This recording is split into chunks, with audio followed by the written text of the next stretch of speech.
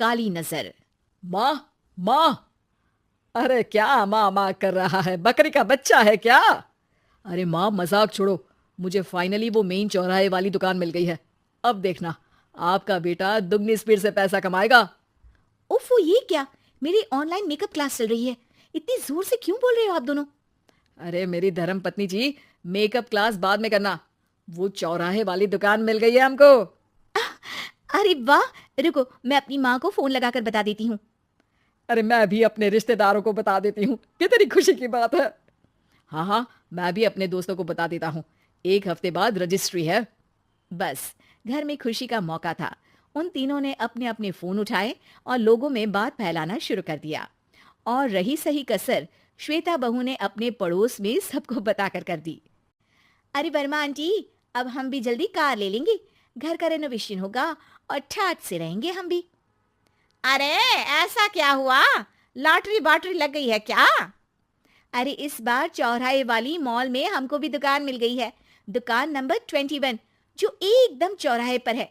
अब ग्राहक बढ़ेंगे तो आमदनी भी बढ़ेगी ही ना। अरे वाह, कितनी खुशी की बात है। मैं बहुत खुश हूँ तुम्हें इतना खुश देख के। बाकी एक बात कहूँ, सबको मत बताते फिरना। किसी की नजर लग जाएगी तो खुशी की खबर वापस लौट जाएगी। हैं? ऐसे थोड़ी ना होता है। अब डरा रही हो? अरे सही कह रही हूँ। काली नजर कहते हैं इस चीज को, जब आप किसी को कुछ बताओ और वो काम बिगड़ जाए। अरे लेकिन मैं तो। तुमने सबको बता दिया ना? हाँ, फोन लगा लगा के। अब बच के रहना। काली नजर बड़ी खतरनाक होती है। श्वेता इतनी खुश रहती है कि वो वर्मा आंटी की बात पर ध्यान ही नहीं देती, जबकि पड़ोस में और भी लोगों से खुशी की खबर शेयर करती रहती है। अगले दिन राजेश बहुत दुखी होकर घर आता है। अरे बेटा, क्या हुआ? मुंह क्यों सूजा हुआ है? मधुमक्खी ने काट लिया क्या? माँ, वो दुकान किसी और के पास चली गई। किसी ने ज्यादा भाव लगा दिया। अरे पर बात तो आपसे हुई थी ना उस दुकान वाले की। हाँ, आज मैं टोकन अमाउंट देने गया था, तब मुझे पता चला। कोई आकर सुबह मुझसे पहले ही ज्यादा अमाउंट दे गया। काली नजर। क्या? क्या कहा?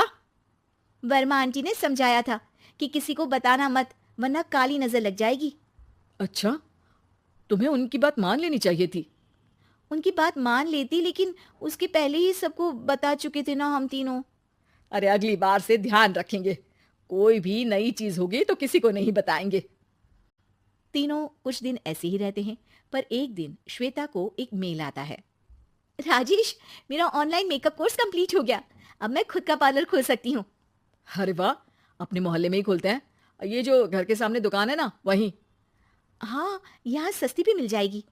अगले दिन श्वेता वर्मा आंटी के पास जाती है मिठाई का डब्बा लेकर। अरे आओ आओ, कैसे आना हुआ? जोर से नहीं बोलूंगी। वो सामने वाली दुकान है ना, वहां मैं अपनी पार्लर की दुकान खोलने वाली हूँ। उसकी मिठाई है। अरे वाह, बहुत बधाई हो तुमको। हाँ, मैं कमाने लगूंगी तो राजेश पर पूरे घर का बोझ नहीं रहेगा ना आंटी जी। ये तो है। पर ये बता कि तूने ये बात किसी और को तो नहीं बताई ना? अरे नहीं नहीं, पिछली बार गलती कर दी थी। काली नजर लगी किसी की और राजेश के हाथ से वो दुकान चली गई थी। सबको मत बताना। चलो मैं चलती हूँ, कल दुकान की बात करने भी तो जाना है। अगले दिन श्वेता दुकान के लिए मालिक से बात करने जाती है। अरे लेकिन दुकान तो हम कल रात को ही किसी को दे चुके हैं। कल ही? हाँ, कल ही। 2 दिन बाद कोई यहाँ पार्लर भी खोल लेगा। आप कहीं और दुकान देख लीजिए। अरे पर हमको भी तो पार्लर ही खोलना था। हाँ भाई, एक ही दुकान है, आधी आधी तो नहीं दे सकता ना मैं। राजेश और श्वेता घर पर हताश होकर आ जाते हैं। इस बार तो किसी को बताया भी नहीं था, अब किसकी काली नजर लग सकती है? सुनो, तुमने माँ को बताया था क्या? अरे कैसी बात कर रही हो? माँ की नजर थोड़ी ना लगेगी। पक्का तुमने किसी को नहीं बताया था ना? सिर्फ वर्मा आंटी को बताया था। उन्होंने ही मुझे किसी को नहीं बताने को कहा। अरे यार, तुम भी सही हो। मेरी माँ को नहीं बताने को कह रही हो, पर वर्मा आंटी को बताना तुम्हें जरूरी लगा। अरे वर्मा आंटी ने ही तो काली नजर के बारे में बताया था ना। वो हमेशा हमारा भला ही तो चाहती हैं। मेरी माँ भी हमारा भला ही चाहती है। अरे पर चिल्ला क्यों रहे हो? बात नहीं कर सकते क्या आराम से? नहीं आता आराम से बात करना, और करना भी नहीं चाहता हूं मैं। दुकान जाने का दुख गुस्से में बदल गया था और राजेश और श्वेता में बात बंद हो गई थी।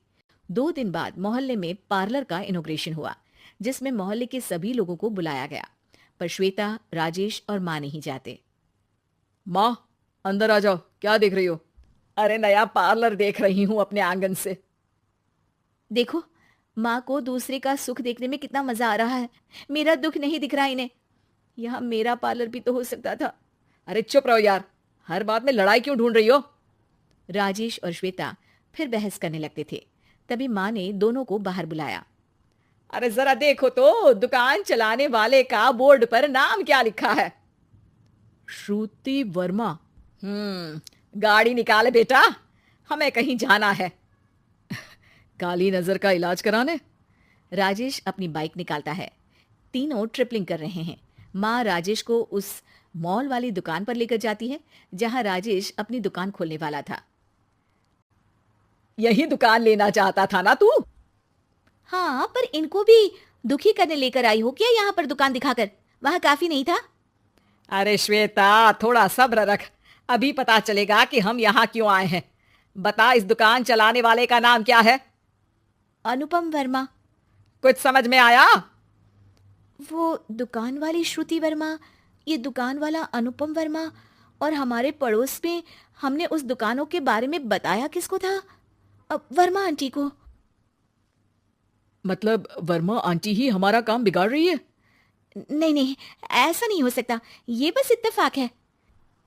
राजेश अपना फोन निकालता है और श्रुति वर्मा और अनुपम वर्मा के नाम फेसबुक पर सर्च करता है, जहां ये दोनों ही वर्मा आंटी के रिश्तेदार होते हैं। श्वेता को समझ में आ जाता है कि वर्मा आंटी की ही नजर काली नजर है। अब क्या करना है? कोई भी खुशी की खबर हो तो काली नजर से बचना है, यानी वर्मा आंटी से बचना है। अरे पर मुझे ये समझ में नहीं आया कि वो हमारे साथ ऐसा क्यों करेंगी? अरे बेटा, एक सीख है, दूर के आदमी को आपकी तरक्की से कम परेशानी होगी, पड़ोसी को ज्यादा। दोनों माँ की बात में हामी भरते हैं और अगला काम चुपचाप करने की कसम खाते हैं, ताकि आगे से वर्मा आंटी कोई काम ना बिगाड़ सके।